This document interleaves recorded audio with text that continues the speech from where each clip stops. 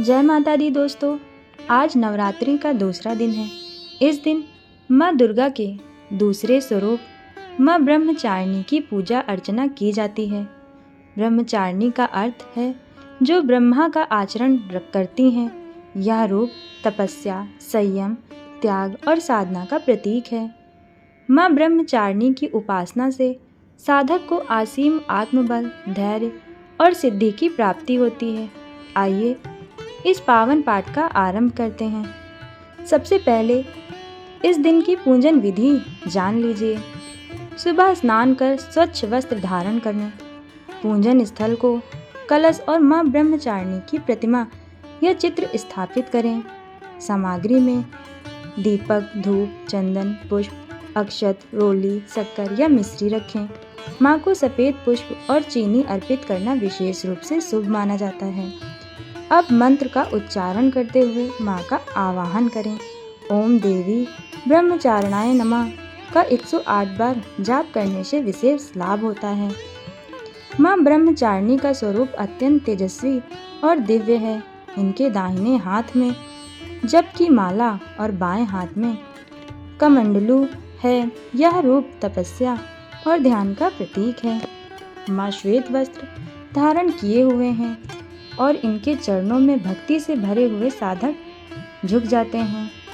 अब हम आपको माँ ब्रह्मचारिणी की कथा सुनाते हैं, जिसका पुराणों में वर्णन आता है कि माँ ब्रह्मचारिणी पर्वतराज हिमालय की पुत्री पार्वती का ही रूप है। जब उन्होंने भगवान शंकर को पति रूप में प्राप्त करने का संकल्प किया, तब उन्होंने कठोर तपस्या आरंभ की। हजारों वर्षों तक उन्होंने केवल फल, फूल और पत्तों पर जीवन यापन किया।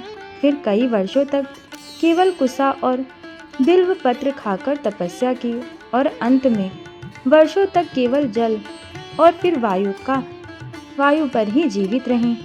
इस कठिन तपस्या से उनका नाम ब्रह्मचारिणी पड़ा।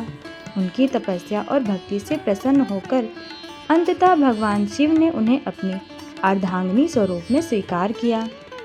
इस कथा से हमें सीख मिलती है कि सच्चे संकल्प, धैर्य और श्रद्धा से हर लक्ष्य प्राप्त किया जा सकता है। इसके पश्चात माँ की स्तुति करें, माँ का ध्यान करें।